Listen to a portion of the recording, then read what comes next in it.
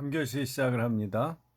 어, 우리 종교철학 이 책의 5과 기도란 무엇인가? What is prayer에 대해서 하겠습니다. 그 전에 먼저 여러분 이 조지 뮬러의 기도에 관한 이 명언들을 한번 여러분 이 동영상을 통해서 보시면서 기도에 대해서 우리가 신앙적인 접근을 한번 해보겠습니다.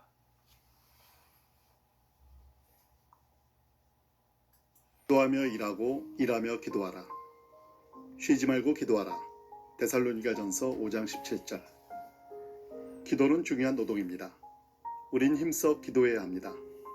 그런데 시간을 정해서 지속적으로 기도하는 것만으로는 충분치 않습니다. 중요한 것은 응답받는 것입니다. 응답받을 때까지 인내하며 쉬지 말고 기도해야 합니다. 최후 순간까지 기도하는 것은 물론 하나님께서 우리 기도를 들으시고 반드시 응답해 주실 것이라는 사실을 믿어야 합니다. 대부분 사람들은 축복을 얻을 때까지 기도하지 않습니다. 넘치는 축복을 기대하면서 기도하지도 않습니다. 기도가 종교의식화되면서 응답에 대한 사모함이 없습니다. 그러다 보니 응답받는 기도의 삶이란 나와 상관없는 별세계의 일처럼 여겨집니다. 그러나 반드시 응답을 기대해야 합니다.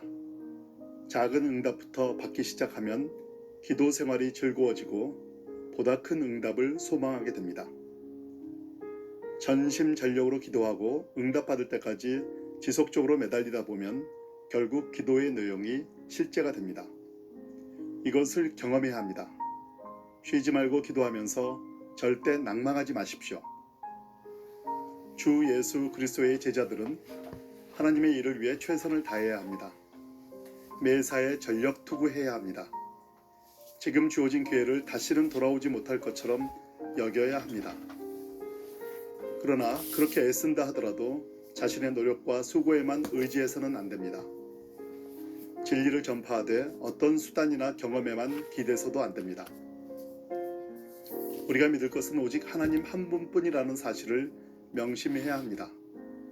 불굴의 투지를 갖고 인내하며 확신한다는 것은 하나님에 대한 신뢰를 뜻합니다. 농부가 씨앗을 뿌릴 때는 수확을 기대하듯 기도할 땐 믿음의 대상이신 하나님으로부터의 축복을 기대해야 합니다. 그래서 기도는 노동입니다. 여기에 성공에 이르는 위대한 비밀이 있습니다. 온 힘을 다해 수고하십시오. 그러나 당신의 수고에만 의지하지 말고 풍성한 수확을 소망하며 온 마음 다해 기도하십시오. 동시에 지극히 근면하게 지독한 인내심을 갖고 불굴의 투지로 일하십시오. 기도하십시오. 그런 다음에 일하십시오. 일하고 또한 기도하십시오. 그리고 또다시 기도하고 일하십시오. 기도와 일이 하나가 되어야 합니다. 세상 일과 하나님의 일, 혹은 교회의 일과 일상의 일을 분리해서는 안 됩니다. 세상에서 하나님을 보십시오. 일 가운데서 주님의 임재를 경험하십시오. 크리스찬들은 세속적인 것 속에 숨어있는 거룩함을 찾아야 합니다.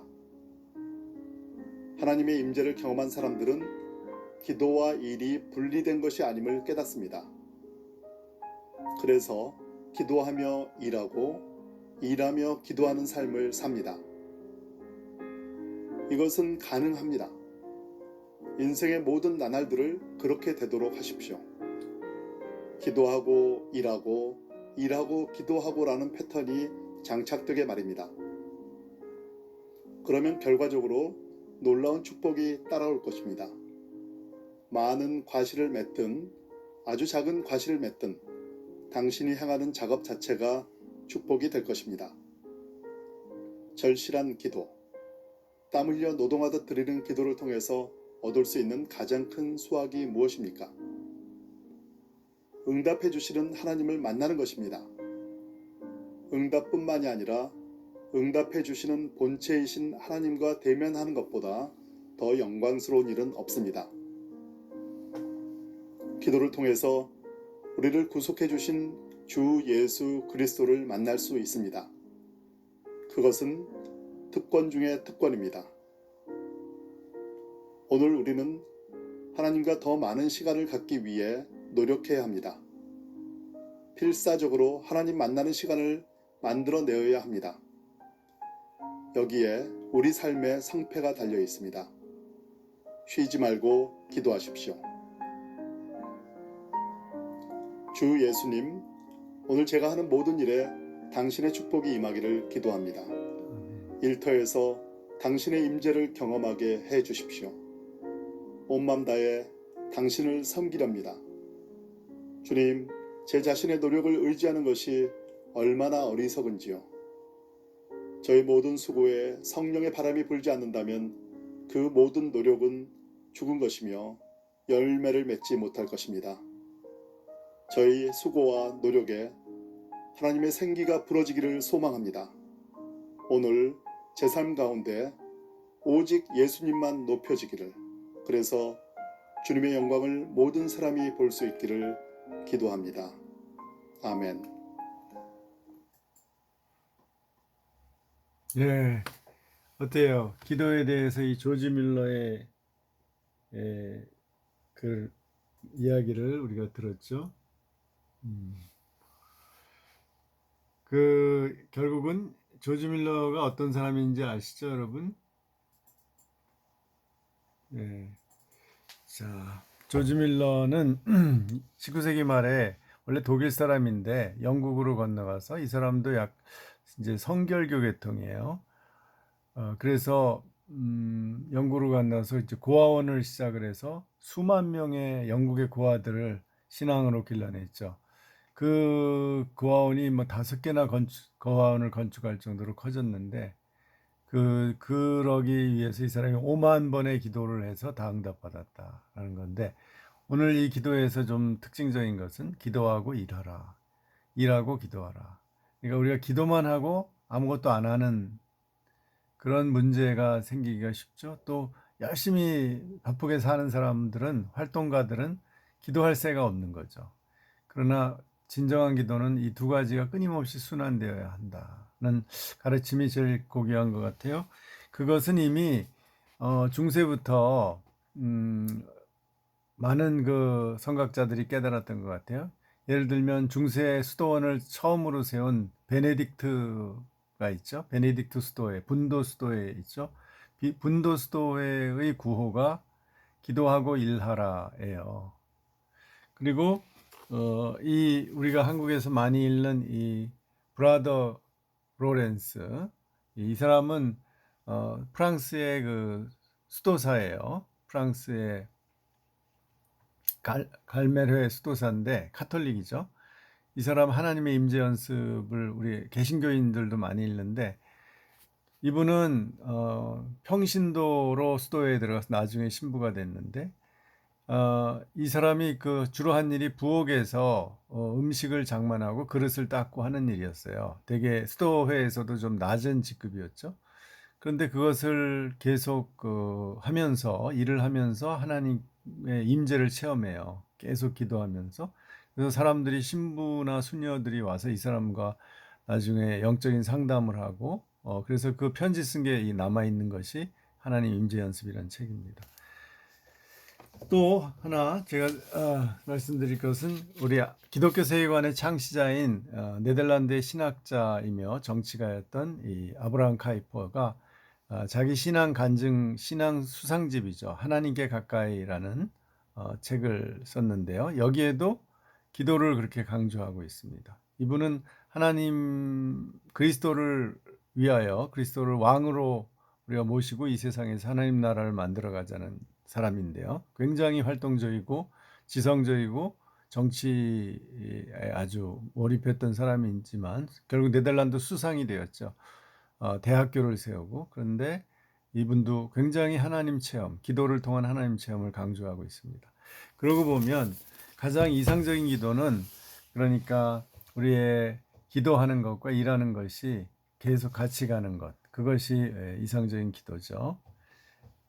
자, 또 기도에 대해서 제가 재미있는 에피소드가 있는데요. 이 그림을 아시나요? 오늘도 무사히. 옛날에 제가 어렸을 적에 또 중고등학교 때까지 버스에 있죠. 시내 버스에 보면은 이게 꼭 붙어 있어요. 사진이. 오늘도 무사히 이렇게 그 버스 기사님이 위에 앉은데 그 앉은 데 위에. 근데 난 이 여자 같죠? 어린 여자. 그래서 아, 그 딸이 이렇게 기도하는 모습, 물론 서양이지만 딸이 기도하는 모습이구나, 아빠를 위해서. 그렇게 생각했거든요. 근데 이 소녀 같은 어린아이가 누군지 아세요? 아, 성경 인물이에요. 누굴까요? 구약의 기도의 사람 다니엘입니다. 이게 다니엘 어린 그 다니엘이 그 성막에서 기도하다가 하나님의 음성을 듣잖아요. 엘리 제사장하고 같이 있다가 그 이 다니엘의 다니엘 자체가 어머니 한나의 기도를 통해서 세상에 태어났고, 자, 이런 옛날에는 그것도 모르고 우리나라 한국의 그 웬만한 시내버스에 다 이게 달려 있었어요. 이게 굉장히 성경의 일종의 성화였는데.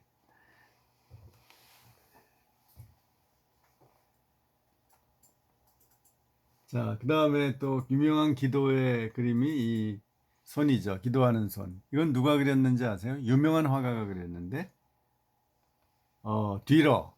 르네상스기의 독일의 가장 유명한 화가인 뒤러가 스케치한, 그래서 애칭으로 동판을 만든 그런 기도하는 모습을 형상화한 겁니다. 또 이 그림은 유명하죠? 많이 봤죠, 여러분? 교회에서나 어떤 책 같은 데에서 겟세마네 동산에서 이렇게 땀이 피로 변하도록 기도하는 예수님의 모습인데, 이것은 미국의 워너 셀먼이라는 화가가 그린 거예요. 그 셀먼은 뭐로 유명하냐면 그리스도의 초상으로 유명하죠. 그 금발의 예수님 모습 있죠? 그 사람이 그렸어요. 저는 그 금발의 그 예수 그리스도 초상은 보다는 이 그림이 더 경건한 것 같아요. 금발이 아니잖아요. 그리고 진지하고 더 잘 그린 그림 것 같아요.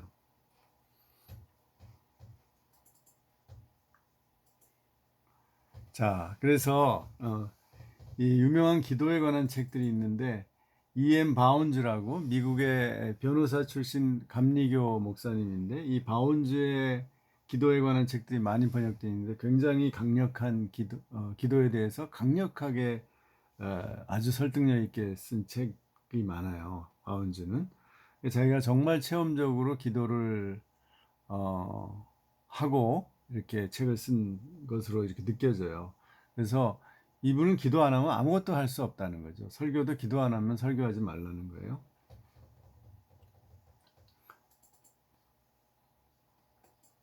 또 이 야베스의 기도라는 책도 있죠. 우리나라에서 한때 유명한 인기를 끌었었죠. 야베스의 기도. 그러니까 이 기도는 이제 또 비판도 받았는데요. 이게 주로 자기의 삶이 번성하도록 하나님의 복을 받도록 기도를 했죠. 이거는 기본적인 기도죠. 이게 잘못된 거 아니에요. 기본적으로 하나님의 복을 원래 우리가 받아야 하는 존재인데, 이 타락한 세상 속에서 죄 때문에 하나님의 복을 못 받는 거죠. 이 현실 속에서.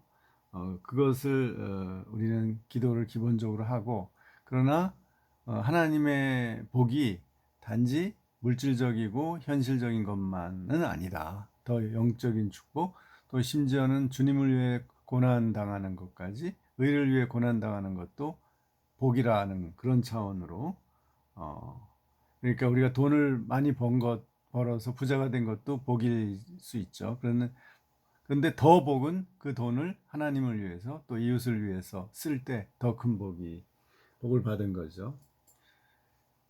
결론적으로 기도는 친밀한 대화다. 하나님과의 결국은 대화라는 거죠. 그래서 결국은 이건 영성의 정의하고도 비슷해요. 스피리추얼리티. 삼위일체 하나님과의 깊은 관계를 영성이라고 하죠. 그 영성을 갖는 굉장히 필수적인 조건이 기도라는 거죠. 자, 여기까지 하고 이번 시간 우리 책으로 들어가겠습니다. 책 우리 교재 음,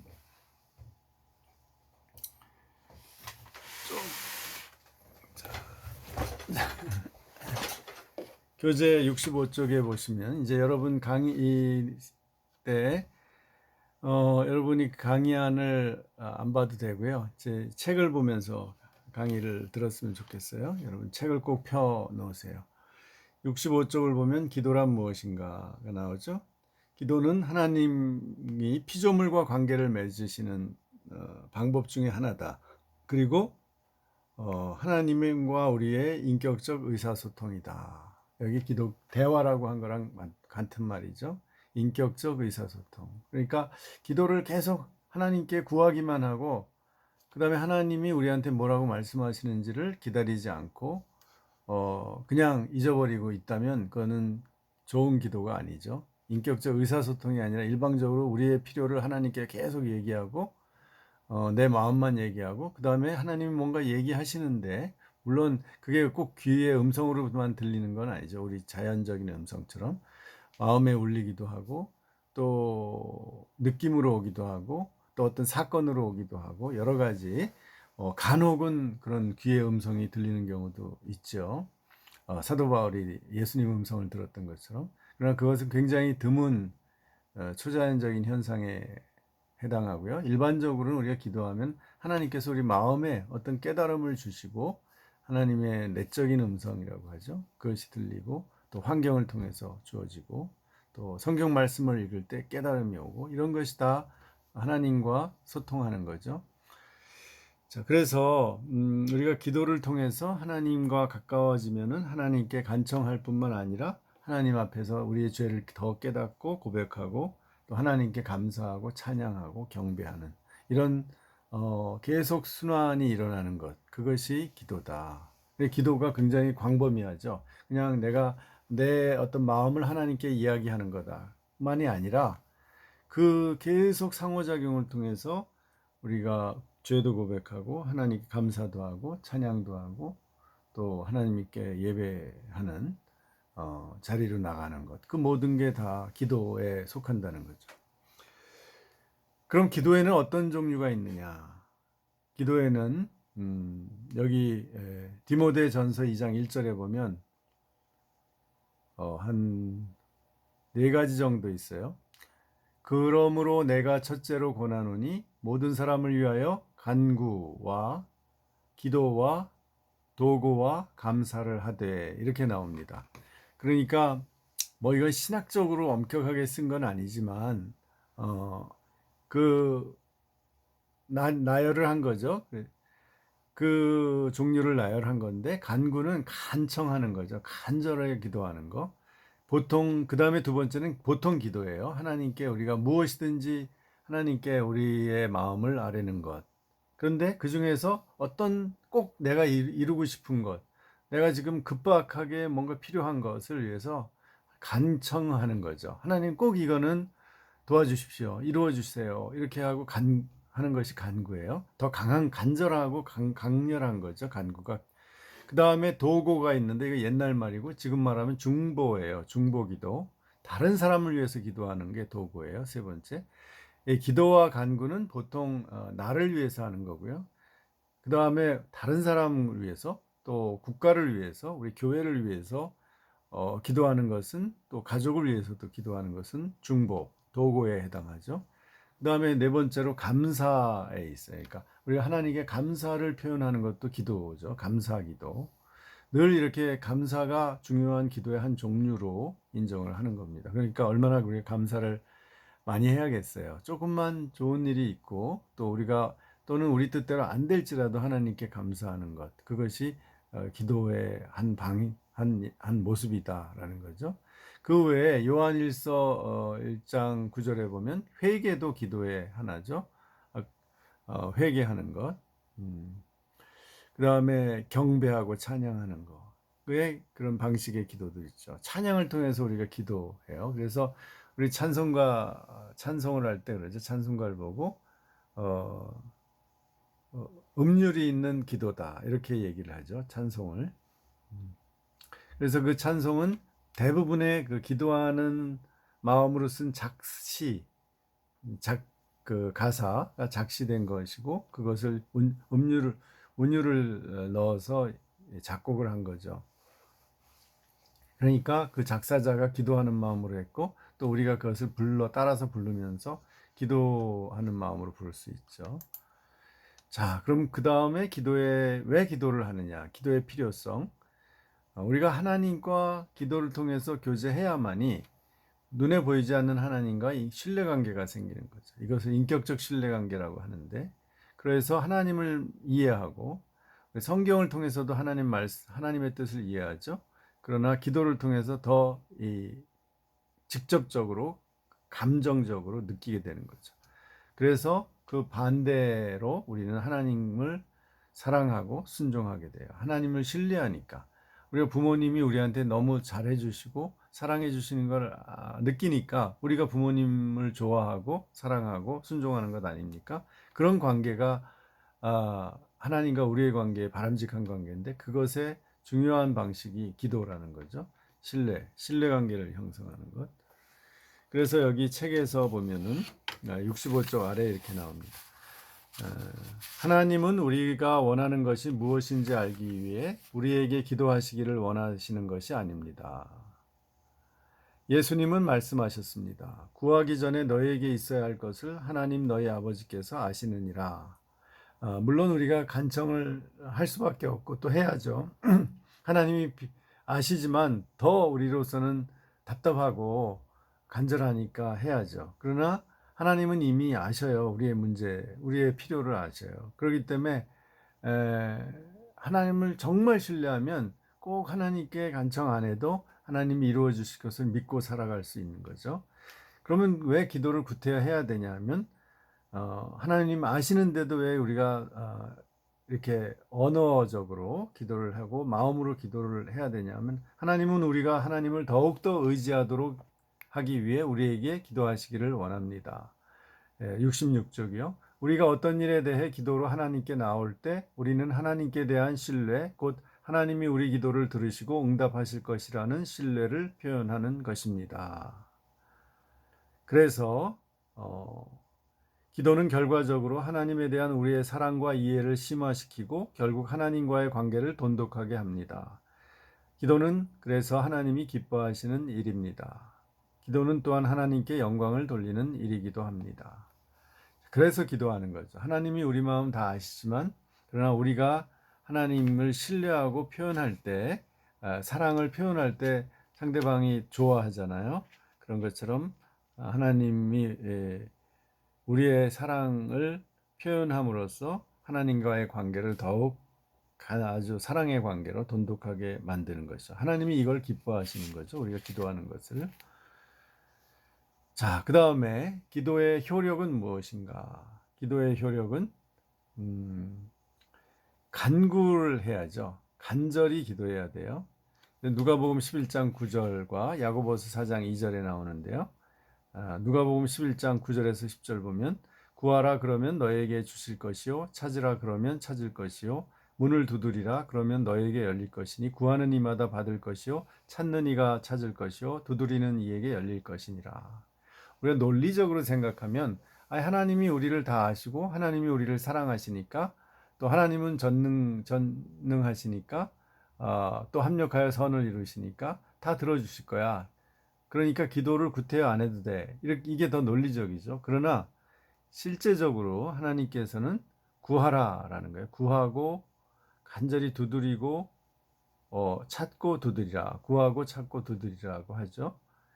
그리고 야고보서 4장 2절에서는 너희가 얻지 못하면 구하지 아니하며 구하면 얻는다 이거죠. 이렇게 구하라고 적극적으로 구하라고 하나님께서 우리에게 말씀하고 계십니다. 두 번째, 기도의 효력이 있으려면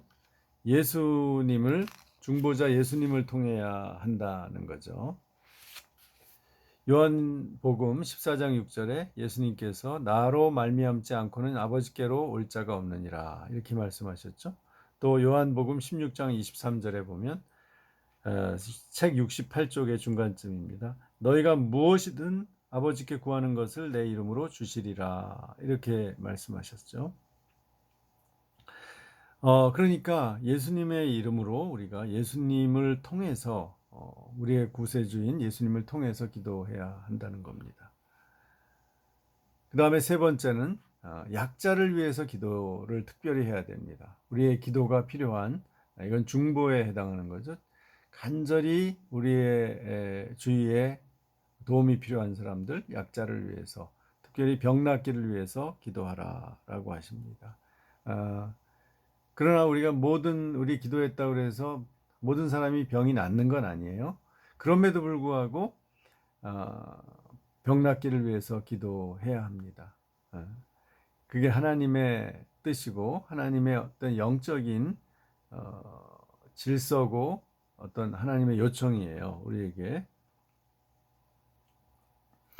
그래서 이렇게 되는 거죠. 비록 우리 어떤 사람을 위해서 병이 낫기를 기도했는데 병이 안 나서 세상을 떠났어요. 제 아내도 폐암으로 세상을 떠났어요, 4년 전에. 그런데 그러면 너무 실망스럽잖아요. 그때 요한일서 5장 15절을 볼 필요가 있죠. 우리가 무엇이든지 구하는 바를 들으시는 줄 안즉 우리가 그에게 구한 그것을 얻은 줄 또한 아느니라.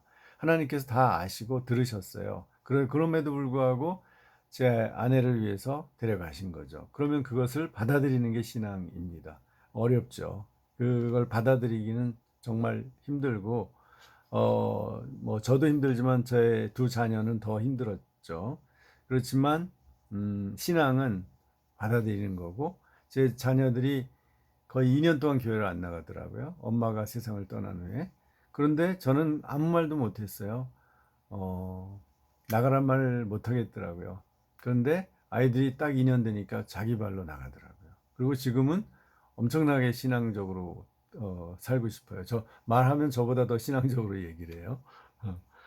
그건 제가 하나도 제가 뭘 요구하거나 아이들한테 교훈을 주거나 그러지 않았는데도 하나님께서 이 과정을 거쳐서 아이들의 신앙을 스스로 자립하는 신앙이 되도록 이끌어 주신다는 것을 제가 경험하고 또 결혼도 믿음이 좋은 사람들하고 하게 되더라고요.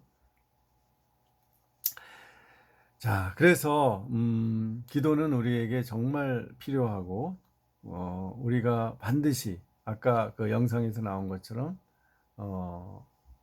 기도는 우리 삶의 필요고 가능한 한 우리는 시간을 많이 내서 기도를 해야 된다는 거죠. 자, 마지막으로 바른 기도는 어떤 것인가? 그것은 요한일서 5장 4절 하나님 뜻대로 하는 기도라는 거예요. 하나님 뜻대로 하는 기도. 하나님이 그 하나님 뜻대로 하는 기도가 뭘까? 여기 책의 69쪽에 마지막 줄에 나오죠. 우리는 하나님이 바라시는 일과 기뻐하시는 일을 하나님께 간구하는 것입니다.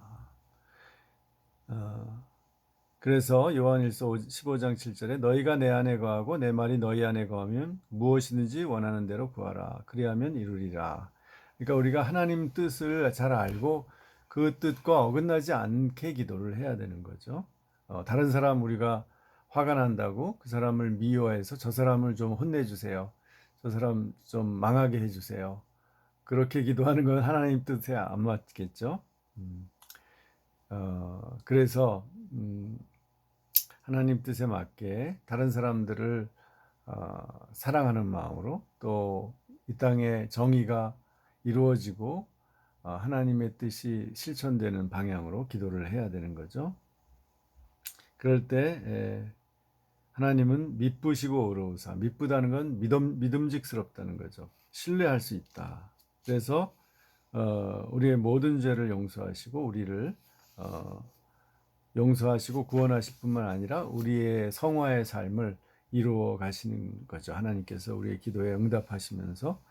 그래서 하나님의 궁극적으로 가장 좋은 기도는 하나님의 나라와 의를 구하는 기도. 마태복음 5장 33절에 하나님께서 우리의 필요를 다 채워주신다는 거예요. 저 들의 백합 하나, 하늘의 새도 하나님께서 먹이시기 때문에 우리가 의식주가 필요하죠. 그러나 의식주를 위해서 그 기도해야죠. 열심히 일하면서. 그러나 그것으로 우리의 기도가 끝나는 것이 아니고 궁극적으로 우리가 먹든지 마시든지 하나님의 의, 하나님의 나라를 위해서 하나님의 영광을 위해서 이것을 하도록 또 어떻게 할지 하나님의 지혜를 구하는 것, 그게 바른 기도죠. 그래서 반드시 죄를 품고 기도하면 안 된다. 우리가 하나님이 미워하시는 그런 나쁜 뜻을 가지고 또 잘못된 목적을 가지고 기도하면 안 된다라는 겁니다.